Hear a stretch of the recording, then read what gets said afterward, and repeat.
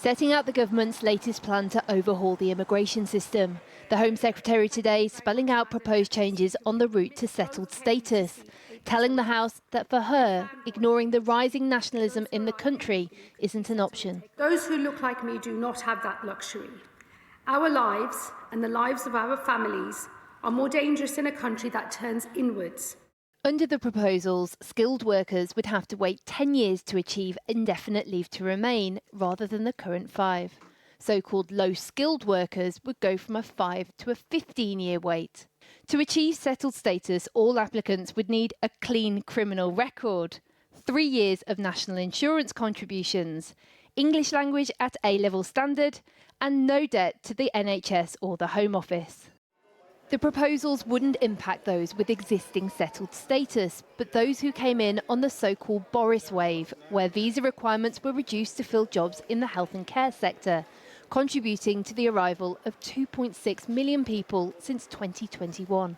To place that in perspective, around 1 in every 30 people in this country arrived in those 4 years. An attempt to fill between 6,000 and 40,000 jobs led to the arrival of 616,000 individuals between 2022 and 2024. Over half were not even filling jobs in the sector at all, but were rather dependents of those who were. And abuse, as any Member of Parliament can tell you, was rife. The government are also consulting on how people can be rewarded or penalised on their route to settled status. So if you've claimed benefits for less than 12 months, there's an additional 5-year penalty. If you've claimed for over a year, it's an extra 10 years, and up to a 20-year penalty if you've arrived via an illegal route. But you can speed it up too. The wait reduces to 9 years if your English is degree level, dropping to 5 years if you're a higher rate taxpayer, or if you work in public services at a certain seniority, like nurses, reducing to 3 years if you pay the top level of tax or are on a global talent visa. There is much in this statement I support, not least because so much of it is so familiar.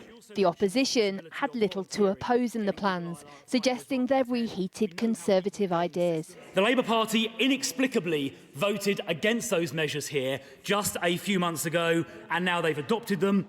Reform MPs, the loudest critics on immigration, were nowhere to be seen. A sign the government hopes that they're winning ground. The problem with that, of course, is those in their own party, who they're losing in the process.